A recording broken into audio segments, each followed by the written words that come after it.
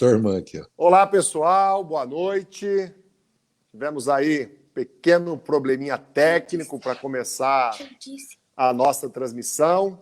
Queria agradecer a todo mundo que está nos assistindo ao vivo pelo YouTube, agradecer quem está com a gente também no Twitter e acompanhando, é claro, pelo Facebook, tanto nas minhas redes, como nas redes do PT e de tantas outras organizações, lideranças que estão nos transmitindo ao vivo nesse momento.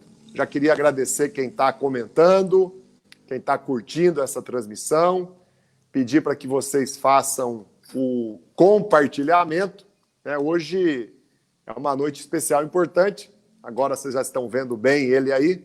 Eu estou tendo a honra de dividir a tela com o homem que eu mais amo nesse mundo, que é o meu pai, José Dirceu. Então, eu vou passar para ele dar uma boa noite a vocês aí, cumprimentar a todos, e aí nós vamos bater um papo aqui sobre vários assuntos da atualidade. Boa noite, pai, como é que estão as coisas? Tudo bem?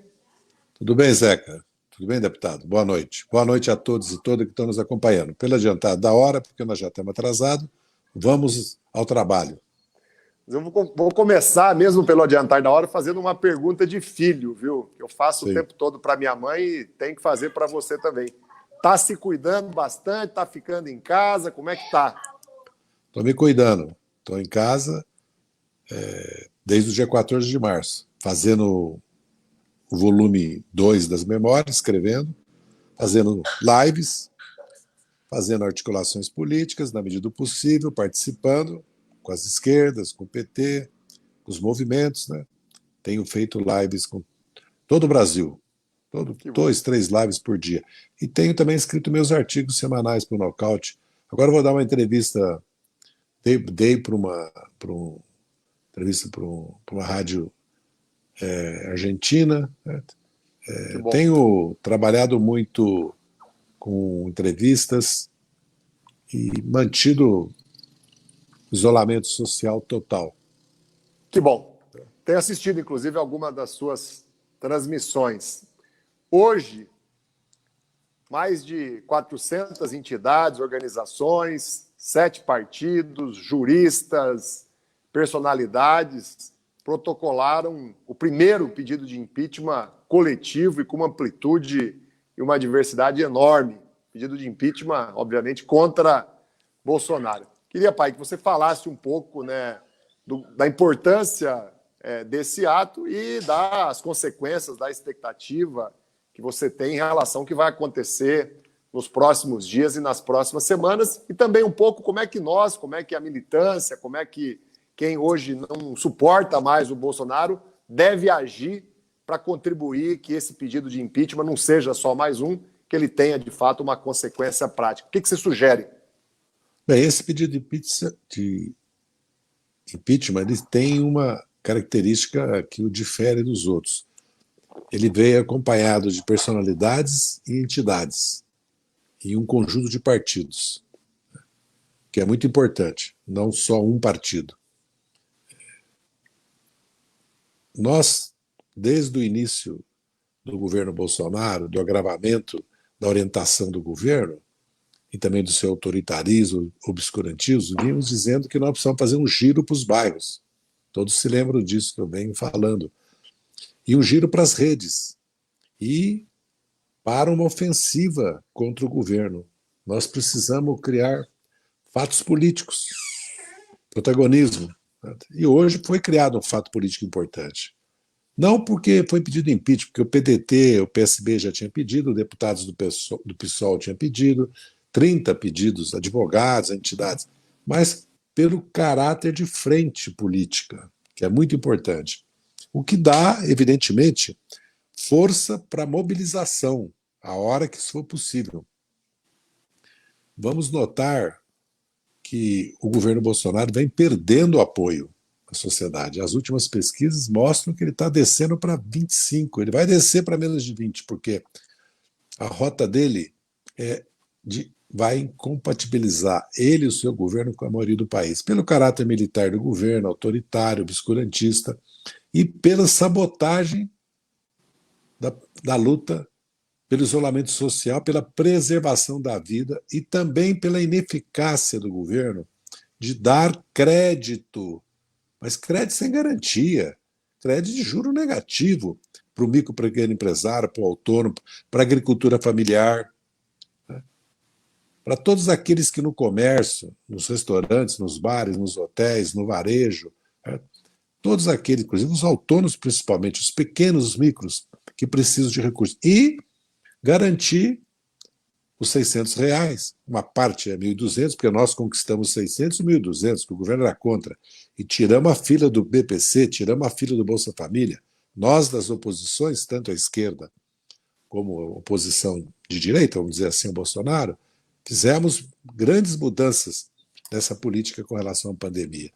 O Brasil tem todas as condições para enfrentar a pandemia, porque nós temos uma economia capaz de funcionar, né, em baixa intensidade, sem entrar em crise, sem ter quebradeira e falências, porque o governo autorizou o Banco Central 1,2 trilhão. Então são os bancos que não estão dando crédito. Por isso que, depois da pandemia, tem que reformar o sistema bancário.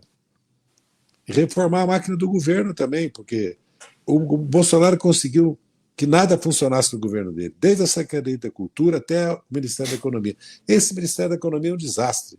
Juntou planejamento, orçamento, recursos humanos, gestão, previdência, parte do trabalho, indústria e comércio, exterior, ou seja, não funciona.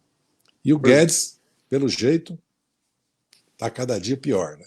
Então eu vejo que foi importante e acredito que só não sai impeachment porque a oposição liberal, PMDB, PSDB, DEM, e o capital financeiro bancário, ou seja, as elites empresariais, que apoiam o isolamento social, porque se nós notarmos o Brasil, basta ver na Globo a apresentação das empresas que estão solidárias, estão apoiando, né? Deviam pagar mais impostos, mas agora é importante que haja essa solidariedade. São empresas multinacionais, automobilística, farmacêutica, máquinas e equipamentos, né? As grandes, os atacadistas, né? Os bancos, as telefônicas, telecomunicações, é um setor da economia. Se você olhar o bolsonarismo, é o pequeno varejo, o médio varejo, alguns grupos econômicos do comércio, né? E o eleitorado neopentecostal, uma parte do eleitorado popular. E classes médias ele perdeu, está perdendo para o Moro, está perdendo, porque as classes médias cosmopolitas, progressistas, com o obscurantismo do Bolsonaro com censura, contra o moralismo do Bolsonaro, e a política dele ambiental, a política externa dele, ele foi perdendo apoio, porque as classes médias sabem da importância do controle do agrotóxico, da preservação das mananciais, do uso da terra, da importância de combater a desigualdade, de dar outra solução para o problema da terra urbana, porque nós estamos aumentando de novo as favelas, áreas de risco, falta de esgoto, transporte cada vez pior. Então, acho que há também uma mudança em certos setores. Há aquele setor agrário que quer ocupar a Amazônia com cereais e pecuária, invadir as terras indígenas para fazer garimpagem ilegal, grilhar terra, né? Derrubar árvore para vender madeira ilegal. Mas esse setor está isolado. Tanto é que a ministra Tereza Cristina tem se levantado contra certas políticas do governo, com relação, principalmente, à China. Então, acho que há um cenário que está se reunindo estão se reunindo as condições para o impeachment de Bolsonaro. Não sai porque a direita liberal tem medo do plano pró-Brasil, de um cavalo de pau na economia, da reação dos militares e de nós, porque nós somos uma alternativa em 22. Não é hora de falar em 22, agora é hora de combater a pandemia, prestar solidariedade, aprovar as leis, ir aos tribunais contra as medidas do Bolsonaro. Essa é a hora. Mas tem eleição em 20, talvez agora vai ser adiada para 15 de novembro ou 29 de novembro. Estão falando primeiro domingo de dezembro, mas aí cai no. Não, mas aí cai. O segundo turno vai cair no Natal, no Novo, vai cair dia 26, porque são 3 semanas. Né? Eu fiz até as contas esses dias, mas tudo bem. Então, eu diria que o protagonismo nosso depende do crescimento da rejeição do Bolsonaro e da nossa unidade. É preciso unir todas as forças. Muito bem. Pai, tem muita gente comentando aqui, eu não vou conseguir ler os comentários agora, mas queria agradecer a quem está comentando, curtindo, compartilhando essa transmissão. Tem alguns comentários muito bacanas, eu vou depois, inclusive, para te encaminhar eles, para você conhecer as pessoas, algumas já são pessoas conhecidas nossas, para você ler os comentários, muitas mensagens de apoio, de incentivo, né? E um coro muito grande aí de impeachment já, fora Bolsonaro. Realmente, como você disse, as redes estão aquecidas, estão se fortalecendo, há uma Ele está ampliação. perdendo nas redes, viu? Exatamente. Eu tenho te mandado os estudos que são publicados, ele vem perdendo nas redes. Agora o país está muito apreensivo, muito triste, com muita raiva, viu? Muito indignado, porque ninguém sabe o que esperar do Bolsonaro amanhã. Porque ele buscou essa maioria no Congresso, com o Centrão, e está esperando que o Luiz Fux assuma o Supremo e que ele nomeie o outro ministro para anular neutralizar essas duas forças. E ele está indo para cima, porque ele não reconhece a oposição. Ele não conhece legitimidade na oposição, porque ele é autoritário. E está criando essas milícias dele e tentando recrutar as PMs, recrutar setores das Forças Armadas. O sonho dele era dar um autogolpe, como ele falou, que ele vai aplicar a Constituição para garantir a lei e a ordem. O que ele sonha é provocar o caos social, porque ele não dá o dinheiro que precisa chegar naquele que está precisando para não fechar, para não falir, e não chega também. Porque para fazer isolamento social nas grandes cidades, onde as moradias são todas próximas, são moradias com 7, 10 pessoas, o transporte, o comércio, é tudo com multidões, é preciso que tenha recurso na mão do povo e que mantenha a economia. Porque mantém basicamente a economia. Então, se tem os recursos, mantém a economia. Então, eu acredito que isso precisa se levar em conta também. Você escreveu, eu tenho acompanhado, né, publicações no Lookout, publicações em outros blogs, sites importantes, né? Um artigo recentemente que você fala que Bolsonaro é produto da Lava Jato. Moro nos trouxe ao abismo. Queria que você comentasse um pouco, né, esse artigo, esse seu pensamento. Eu vi que repercutiu muito e acho que é importante quem está aqui nos acompanhando, né, conhecer um pouco essa sua perspectiva. Bem, eu acho que todos que estão nos ouvindo e todas sabem o papel que o Moro desempenhou. Quando ele revela, ilegalmente, rasgando a Constituição, um telefonema da presidente em exercício com um ex-presidente, ele viola a lei, mas ele cria as condições para o impeachment.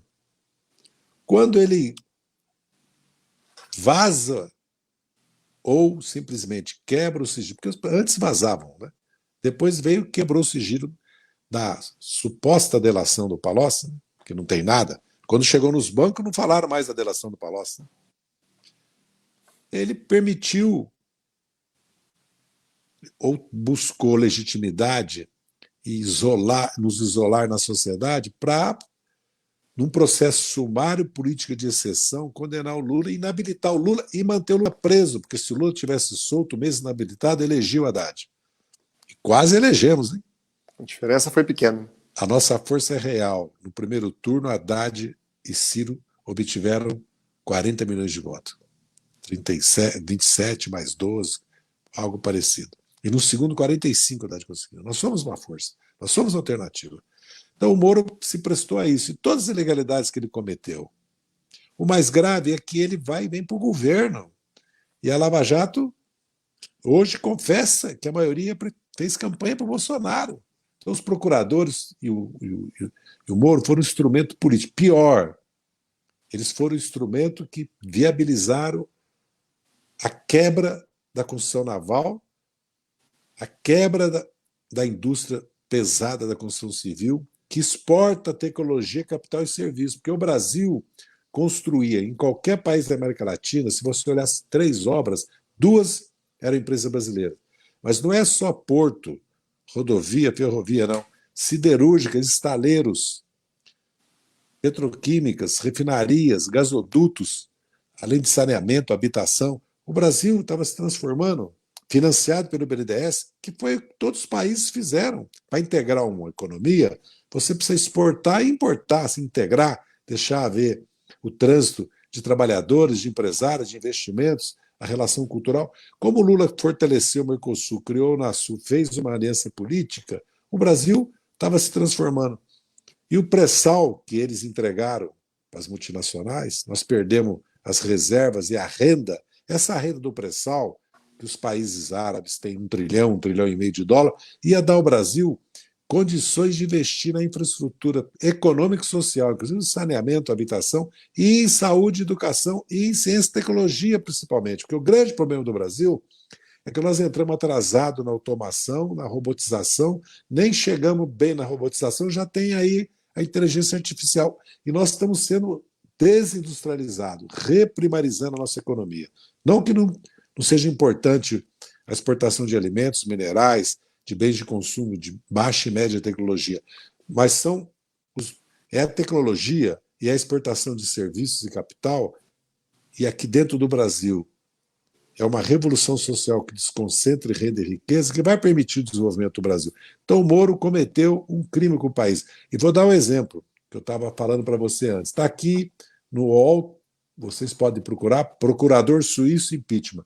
O procurador da Suíça, o Lauber, que foi o principal articulador com o Moro e com os procuradores aqui da Lava Jato, para trazer da Suíça, inclusive ilegalmente, porque eles repassaram para o Brasil o sistema Dreyfus da Odebrecht sem que tenha sido pedido pelos canais legais. Só isso, ele está sendo... Eu vou ler só um pedaço aqui para vocês verem a gravidade. Por 13 votos contra 4, a comissão deu início ao processo de impeachment do procurador-geral da Suíça, porque ele não comunicou reuniões que fazia. Imagina, tudo que o Moro fez, que o Intercept trouxe à tona. Ele trabalhava com os procuradores, com os policiais federais, ele orientava... 1 milhão de vezes pior, né? Então, isso que eu digo. Então, está aqui, ó. Entre os erros que cometeu, o suíço não disse a verdade sobre encontros, violou o código de conduta e tentou até mesmo obstruir o processo contra ele. Mas o Moro sai do governo, vai para a justiça, vira candidato a presidente do Supremo. O Intercept revela que ele quebrou toda a legalidade do processo que o Lula e todos nós sofremos, aqueles que sofreram. Então, não disse às autoridades de supervisão, ao parlamento e ao público a verdade sobre o seu encontro com o presidente da FIFA em 16 de junho. Está provado que esse encontro teve lugar, declarou a juíza. Então, vocês veem. Teria desacreditado publicamente a sua autoridade de supervisão. Ele obstruiu a investigação, influenciando o pessoal diretamente no tratamento do pedido de informação e a produção de documentos dentro do Ministério Público Federal. Então, imagina o Moro. Devia ser processado, os procuradores também. Então, e nós sabemos que grande parte da crise, da recessão de 6,5% por 3,5%, 3,5%, a recessão de 2015, 16, 15 para cá. Foi produto da Lava Jato, foi produto da sabotagem da pauta-bomba, foi produto do boicote de investimento de crédito das grandes empresas, dos grandes bancos. Foi uma articulação que vem de fora, apoiada de fora, e o Moro está ligado ao Departamento de Justiça dos Estados Unidos, está ligado ao FBI. Serviu e serve aos interesses norte-americanos. Ele é um perigo, porque, veja bem, ele veio ao governo e ficou com o Bolsonaro, nunca criticou o Bolsonaro. Apoiou todas as iniciativas, as piores que o Bolsonaro tomou. Aceitou as interferências na PF. Quando ele viu que o Bolsonaro estava caminhando para o caminho que ele está indo, que está levando o país, ele sai de uma maneira espetacular, faz uma denúncia, que ele tem que provar agora que ele pode ser processado, né, por denunciação caluniosa, etc., né, e vira candidato a presidente da República. É evidente que ele é isso. A Globo, inclusive, continua... Porque a Folha de São Paulo, a Veja, a Bandeirante, os outros meios de comunicação publicaram as revelações do Intercept, inclusive o Estado de São Paulo. A Globo não. A Globo protegeu o Moro, para ele continuar com esse apoio, né, popular que ele tem e com essa pré-candidatura, porque tem o Dória, tem ele, que eles têm que buscar e construir opções. Então eu considero... E agora o Luiz Nassif, vocês procurem no site dele, o GGN, Jornal GGN, Ele abriu agora um dossiê sobre o Moro. E está pedindo, inclusive, contribuição, informações, notícias. Eu sempre vou lá e dou uma olhada, porque eu acho que é muito importante que todos que hoje querem justiça com relação à Lava Jato acompanhem esse trabalho do Luiz Nassif e do GGN, que é um trabalho para organizar um dossiê que como que o Moro levou o Brasil, a situação econômica que levou e o papel que ele teve na quebra da indústria naval brasileira, na entrega do pré-sal e na recessão brasileira, as consequências econômicas da Lava Jato, que são enormes, que eu faço questão sempre de dizer. Acho muito importante que todos apoiem esse trabalho que o GGN está fazendo. Você tem escrito bastante também sobre os militares. Na semana passada e nessa semana surgiram inúmeras revelações, provas de que, além de tudo que nós já estávamos questionando, denunciando, o governo Bolsonaro vai cada vez mais também virando um grande cabide de emprego dos militares, inclusive agora ocupando os mais importantes cargos, altos salários do Ministério da Saúde. Fala um pouco mais, né, dessa presença dos militares, né, dessas ações do Bolsonaro incentivando os pedidos de intervenção militar, o artigo que foi escrito pelo vice-presidente Mourão. O que de fato está acontecendo? Como você vê esse cenário? Veja bem, há muita polêmica, muitas dúvidas, né, sobre essa questão das Forças Armadas, até porque nós não estudamos as Forças Armadas, não acompanhamos. Né? O que eu tenho dito são fatos. Né? Eu dou o primeiro fato. Quando o julgamento do Lula, o ministro, o comandante do Exército, então, Vilas Boas, tuitou vetando esse habeas corpus, falando em nome como comandante do Exército, que ele não pode legalmente. É ilegal. O Estado-Maior do Exército publica uma foto da sua reunião no dia do julgamento, uma pressão aberta sobre o Supremo. Agora, 31 de março, os 3 comandantes militares fizeram uma apologia do golpe militar, também ilegal e inconstitucional. E o Vilas Boas elogiou a entrevista da Regina Duarte na CNN. O que nós podemos esperar? Um governo que tem 9 ministérios, está indo para 3 mil militares, estão ocupando agora com oficiais da reserva da PM, dos bombeiros, inclusive o Instituto Chico Mendes, né, já saiu na imprensa as nomeações. O Palácio do Planalto e a presidência são generais, não tem civil. Então, apresentar esse plano Pró-Brasil, que é realizado pelo Braga Neto, quem opera a cooptação do Centrão é o Braga Neto e o general Ramos. Então, nós estamos vivendo uma situação que só confirma o histórico das Forças Armadas, porque as Forças Armadas não se submetem ao poder civil de fato no Brasil, porque as promoções, o currículo, não passa por nenhum órgão. Os militares têm orçamento próprio, folha de pagamento próprio, têm seus planos de investimento próprio, tem saúde própria, previdência própria, educação própria. Tem um Supremo Tribunal Militar, né? Tem um Supremo Tribunal. Eles agora fizeram uma portaria para excluir os militares que estão no governo do julgamento civil. E queriam com essa MP agora, que o ministro Barroso deu um voto. A MP da impunidade. Exatamente. Queriam criar já, como o Moro quis com as 10 medidas com o pacote de crime, legalizar os crimes que ele cometeu, essa ilegalidade que eles cometeram. Né? Provas ilícitas, questão da condução coercitiva, questão do habeas corpus. Ele queria mudar, na verdade, a legislação brasileira para isentar eles daquelas condições coercitivas legais, das preventivas legais, das provas ilícitas que eles produziram, inclusive com relação à delação também. Então, eu acredito que há, sim, um problema grave no Brasil, que é a tutela militar. E, aliás, até a imprensa está reconhecendo já nos editoriais, nos jornais, porque a militarização do governo é evidente. E o problema do militarismo É histórico no Brasil. Eu tenho repetido, a República foi um golpe de Estado militar.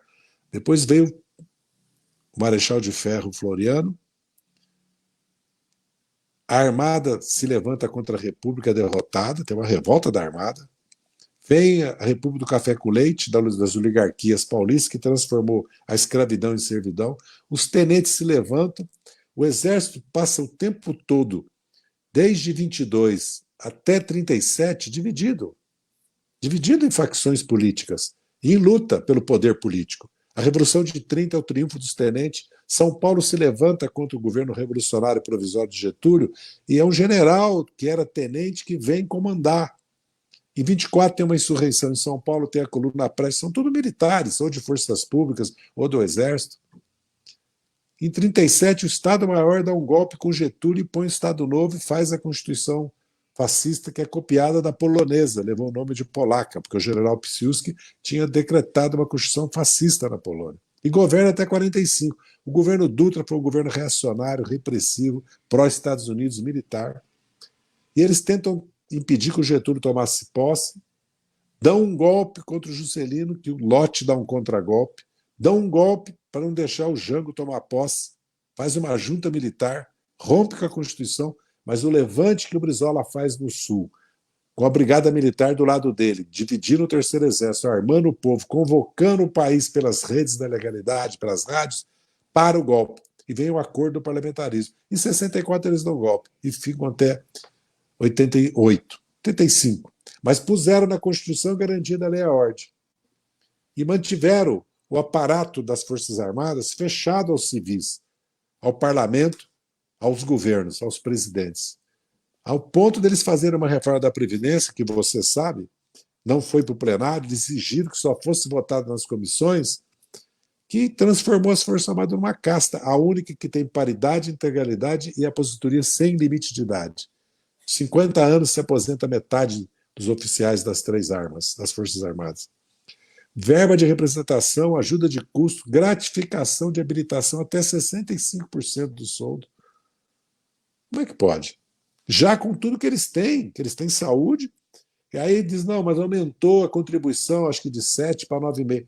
Mas aumentou a contribuição, mas deram ajuda de custo, verba de representação e uma gratificação, uma coisa anula a outra.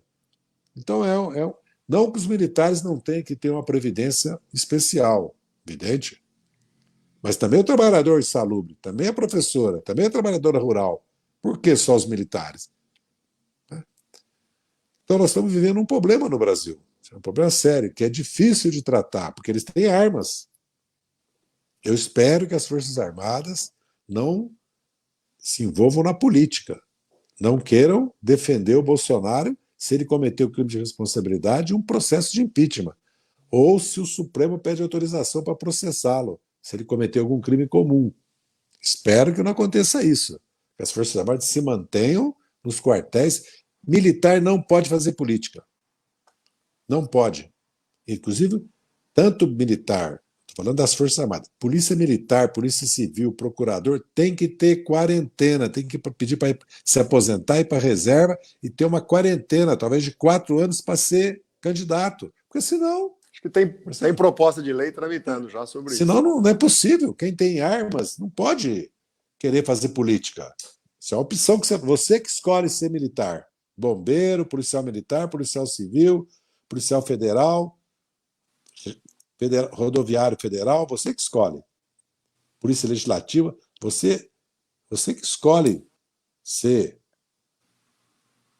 oficial ou soldado profissional da aeronáutica, da Força Aérea Brasileira, da Marinha do Brasil, do Exército Brasileiro. Ninguém te obriga a fazer isso. É uma opção que quando você fizer essa opção, ou procurador, né, da República, você fica sabendo que você não poderá fazer política. Senão, porque também tem outra coisa, se as Forças Armadas continuam no caminho que elas estão, vão se dividir. Vai politizar as Forças Armadas, vão aparecer facções. Porque nesses 30 anos, de 88 até 2018, eles formaram as gerações de oficiais na linha liberal, na linha conservadora. Assim, o civil é superior ao paisano, o povo não sabe votar, só os militares têm competência técnica e são incorruptíveis. Eles foram criando, certo? uma doutrina também corporativista, que eles são melhores que os civis não sabem votar. E eles, se você fala em homem e mulher, negro e branco, amarelo, se você fala em, né, em qualquer tipo de diferenciação, pluralismo, diversidade, que são reais na sociedade, pobre e rico, eles dizem que é antipatriótico. Só eles são patriotas, é antipatriótico. O Brasil é um só. Em vez de ver que a pobreza, a miséria tem origem na concentração de renda e riqueza, tem origem, porque a produção de riqueza o Brasil tem. O Brasil é rico, desenvolvido. Tem indústria de base, é uma potência científica, tem um dos maiores mercados internos do mundo, tem uma da agroindústria mais moderna do mundo. Certo? O que ele não tem é distribuição de renda e riqueza, porque a riqueza que o Brasil tem dá 11 mil reais por mês por família. O problema é que 10% é metade da renda e 1% tem quase 20%. Então, tem que distribuir renda e riqueza, tem que fazer reformas que não fizeram, tributária. E os juros, que eu já falei, que são um escândalo, porque se apropriam da renda de quem compra geladeira, fogão, paga 50% de juro. O crédito consignado 32%, mas a inflação é 2,5%, a Selic é 3%. Vai descontar a nota promissória duplicada, 3,5%, 4,5%. Nem vou falar em cheque especial, crédito rotativo e cartão de crédito. Né? 350, 420 por ano. Quando no mundo o juro é negativo. Na América Latina, se você olhar os países, ninguém paga juro, como no Brasil. E o juro da dívida pública, que expropria 400 bilhões do orçamento do país por ano. Para 17 mil pessoas físicas e jurídicas ser beneficiadas, 15 milhões de pessoas, contra 195 milhões que perdem esse dinheiro que podia estar na educação, na saúde, na infraestrutura, na ciência e tecnologia. Então tem que mudar o país. O país precisa de uma mudança. Por isso que eu falo que precisa de uma revolução social. Tem muita gente aqui comentando, eu queria agradecer a todos, pedir que vocês façam o compartilhamento aqui dessa transmissão. Hoje, para mim, é uma noite especial. Estou dividindo a tela com meu pai, José Dirceu. Nós já falamos aqui sobre vários assuntos.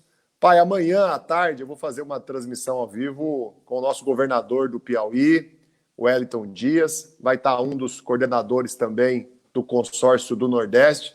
Queria que você falasse um pouquinho qual a importância, né, das atitudes que têm tido os prefeitos, prefeitas, governadores, qual a importância, né, desse consórcio do Nordeste, que é um modelo que surgiu agora, mas já vai se contrapondo, já vai puxando soluções, iniciativas que jamais o Bolsonaro pensou, jamais teve boa fé, jamais tentou implantar. Como é que você vê, né, esse contraponto de prefeitos, governadores e, em especial, do consórcio do Nordeste, que amanhã eu vou estar ao vivo à tarde, conversando com o governador Wellington Dias. O Wellington Dias é governador pela 4ª vez e elegeu o sucessor, que depois bandeou, né? Wilson Martins, que era vice dele. 4ª vez. Mudou o Piauí. E ele lidera esse consórcio. Ele antes, o Ricardo Coutinho, que governou Paraíba por 8 anos, foi prefeito de João Pessoa também por 6 anos, né? Que é um grande companheiro nosso. Foi petista, está no PSB hoje, é uma das grandes lideranças do PSB. O consórcio do Nordeste, primeiro, o Nordeste é a grande reserva política popular de esquerda no Brasil, porque é uma base social, eleitoral e institucional, porque todos os governadores do Nordeste têm uma visão progressista, inclusive do Pará e do Amapá.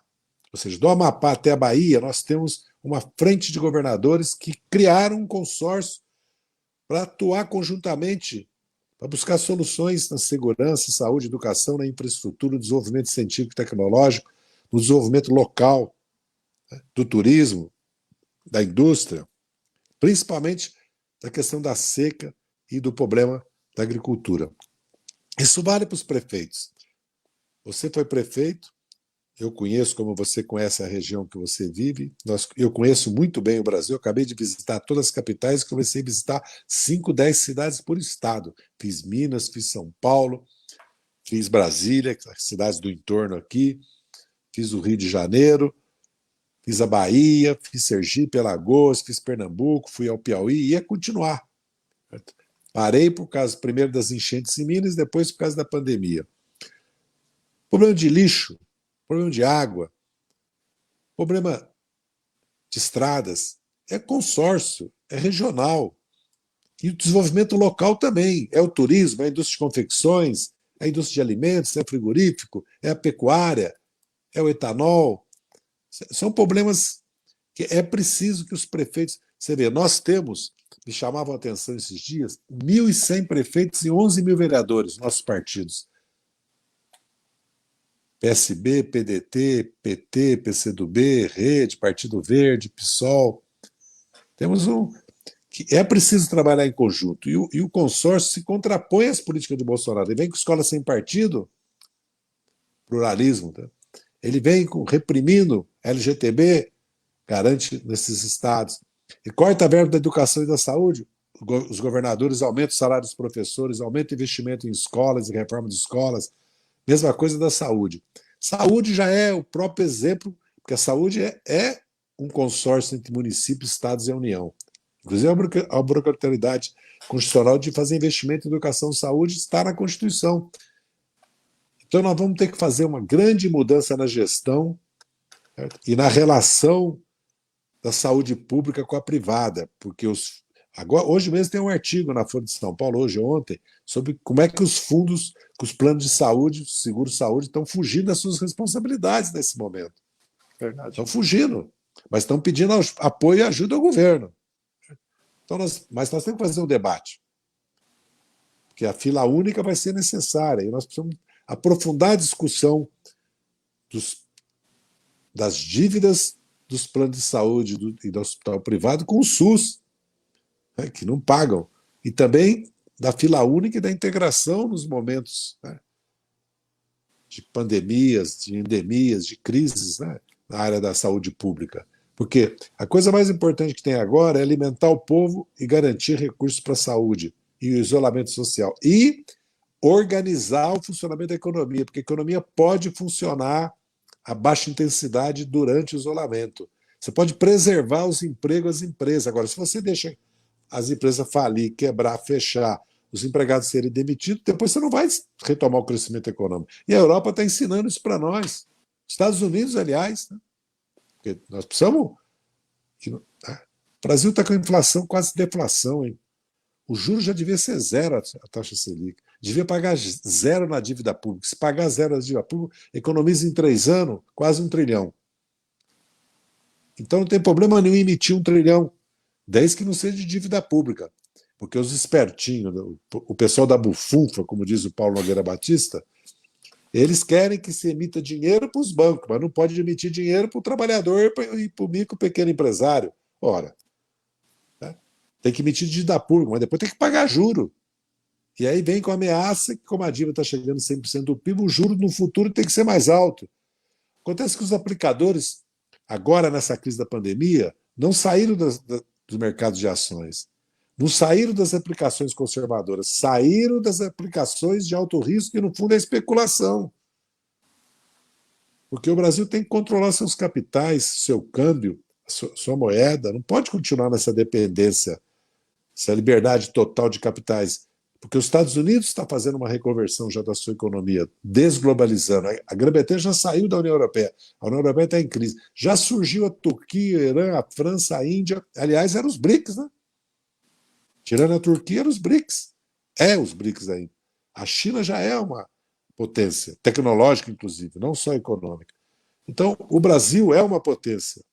É o líder da América do Sul, tem condições de se desenvolver. E nós somos opção de governo. Nós temos que ter muita clareza disso. Agora, tem que unir, como esse impeachment mostrou, tem que unir todas as forças políticas de esquerda, puxar o centro democrático para formar uma maioria no país. Nós temos 5 minutos para concluir essa transmissão ao vivo. O papo está muito bom, o tempo passou rápido, a gente já está há quase 40 minutos aqui ao vivo. Queria que você falasse um pouquinho, pai, do seu livro, do que já está publicado e está às vendas, e contasse um pouco para nós como é que está o próximo volume aí das memórias. Está escrevendo? Já escreveu tudo que era necessário? Que expectativa a gente pode ter aí? Bem, dizem os escritores, que eu não sou escritor, né? Eu sou um amador, um aprendiz, que o escritor sofre, né, para criar, né? Porque pensa bem em construir um personagem, construir um conto. Agora pensa em construir um romance, né? Guerra dos Tronos, por exemplo, né? Já pensou construir aquilo? Né? Ou Haja mesmo... criatividade. Não, ou mesmo Guimarães Rosa, né? Ou Os Sertões do Euclides da Cunha, certo? Escrever, né? Eu tenho escrito, hoje mesmo escrevi, ontem escrevi, estou escrevendo agora, é o seguinte, estou resumindo, estou escrevendo sobre a minha agenda cada semestre de 2006 e 2013, porque eu consegui a agenda, está aqui até, ó. Isso aqui é uma parte, eu consegui a agenda, consegui. Eu tinha escrito sobre o primeiro... Guarde as 7 chaves, viu, e mantenha cópias. Eu tinha escrito, na prisão, que eu fiquei 6 meses, eu escrevi sobre o segundo governo do Lula e o primeiro da Dilma, sobre a ação penal 470 do mensalão, sobre o ano de 2006, 2007, comecei em 2008. E escrevi sobre o Palocci, o Márcio Tomás Basso, o Guxiquem, Gilberto Carvalho, o Zé Alencar, porque eles foram muito perseguidos depois que eu saí do governo. Houve campanhas contra eles no ano de 2005 e 2006 inteirinho. Então eu comecei a pegar também alguns fatos que aconteceram, como que a revista Veja me tratou, como é que a mídia me tratou. Então eu já fiz, agora eu vou escrever cada ano a questão política de cada ano, além de resumir a minha agenda cada semestre, né? São 6 anos, são 12 semestres, 12 e meio, quase 13 semestres. Eu vou fazer cada ano. Isso vai levar um por mês. Então, até o fim do ano, acho que eu vou ter o primeiro pacotão do livro de 2006 e 2013, que eu vou falar sobre isso, sobre o mensalão, sobre o segundo governo do Lula, o PAC, a mudança radical, a integração sul-americana, os BRICS, a política externa, todas as mudanças, né? Depois o Minha Casa Minha Vida, o ProUni, os institutos federais. Vou falar um pouco, e também dos erros nossos na política econômica, como surgiu a crise, como é que foi 2011 e 2012, as medidas da Dilma, como é que foi depois que ela ganhou a eleição aguinada por Levi, qual a consequência disso, como é que foi a sabotagem do governo dela. Não vou entrar no impeachment, não vou. Eu vou deixar para um terceiro livro, 2013, 2018, né, que já é uma outra história. Eu tenho escrito com o jornalista Camilo Toscano os meses, o ano de 2000, o 13, 14, final de 13, 14 e primeiro semestre de 15, foi na época que eu fiquei preso na Papuda, por causa do mensalão, depois no semiaberto e no aberto. Aí eu fui preso, estando preso, né? Que o Supremo Tribunal Federal, Ministro Barroso, me autorizou a prender. O Moro me prendeu só para mim fazer delação. Ele me prendeu porque achava que me prendendo, ameaçando denunciar minha filha, que os procuradores insistiram, porque o Moro não aceitou a denúncia, mas eles foram e conseguiram no TRF, na turma. Depois perderam na sessão. E também a prisão do meu irmão. Então eles tentaram, criaram, né, essa questão. Eu vou escrever um pouco sobre isso no terceiro volume. Então, o primeiro volume, que já está aí, está à venda, tudo, já vendeu mais de 25 mil exemplares, né? É um livro que eu conto a história da minha vida, mas, na verdade, eu falo sobre o Brasil, sobre a luta da classe trabalhadora, como é que ela se constituiu como uma força política, social, cultural, chegou ao governo 4 vezes desse país, né? As lutas do Brasil. O que foi, né, a construção do PT, o que foi a luta da minha geração do movimento sindical da ditadura, o que foi a luta armada, né? O que foi as diretas, a Constituinte, o impeachment do Collor, né? E venho contando, né, as campanhas do Lula, conto um pouco e falo sobre a cultura do país também, falo sobre a sua economia, né? Venho desenhando um pouco a história da minha vida, mas no fundo é um pouco, são memórias sobre o Brasil, vamos dizer assim, né? Sobre a luta nossa democrática pelo socialismo e da constituição da classe trabalhadora como agente e ator político. Muito bem. Agora, em 2 minutos, uma curiosidade pessoal aí, né? Eu tenho, claro, trabalhado muito, mas como eu estou ficando em casa, uma hora ou outra eu acabo indo para a cozinha, cozinhar, lavar a louça. Aí você está colocando a mão na massa também? Está pegando no pesado? Aqui é o seguinte, escritório eu que cuido, tem que estar limpo e arrumado. Certo? Eu que lavo. Louça, talher, tudo sou eu que lavo. E de tempo em tempo eu faço uma limpeza na casa também. E, tá? Se alguém vem aqui por uma emergência, como por exemplo arrumar o ar-condicionado, tem que passar pano depois com água sanitária, limpar as fechaduras, tudo, as portas. Então eu tenho feito esse trabalho, porque eu já fazia, né? Porque eu morei muito tempo sozinho, morei muito tempo clandestino. Eu já fui. Essa brincadeira de me prender, eu fiquei 4 anos no regime fechado, quase, desde 2013, e o semiaberto junto, 4 anos, dos 6 anos. Então, na prisão, você tem que fazer tudo, né? E também eu me dedico a escrever, fazer meus artigos, fazer os lives, ler, assistir filmes, né? Namorar, né? E cuidar da pequena, da tua irmã Maria Antônia, que está com 9 anos, porque ela faz das 2 às 6, ela tem aula online. Muitas vezes nós fazemos dever. E toda noite eu leio para ela dormir, ou ela lê para dormir. Porque já é uma coisa também que ela faz questão e virou hábito. Mas estou tocando bem. Já estamos indo para 50 dias, né? Porque foi 14 de março que eu cheguei de viagem. Estamos indo para 50.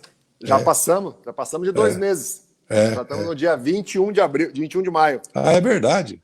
Mais de 2 meses, 70 Já são dias. 70 dias, né? 70 dias. E muita academia, né? Por isso que eu estou assim com 74 anos.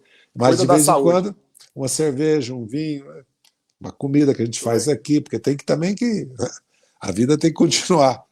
E, ao mesmo tempo, de olho no país, acompanhando. Eu conversei com os estudantes essa semana, certo? Eu falo com o Maranhão, depois eu falo com o Piauí, certo? Depois eu vou falar já falei com o Pará, já falei com o Maranhão, vou falar com o Piauí, já falei com Santa Catarina, já falei com o Rio Grande do Sul, já falei com Minas, com o Rio, com São Paulo, já falei, agora estou falando aí com o Paraná, falei com Santa Catarina, certo?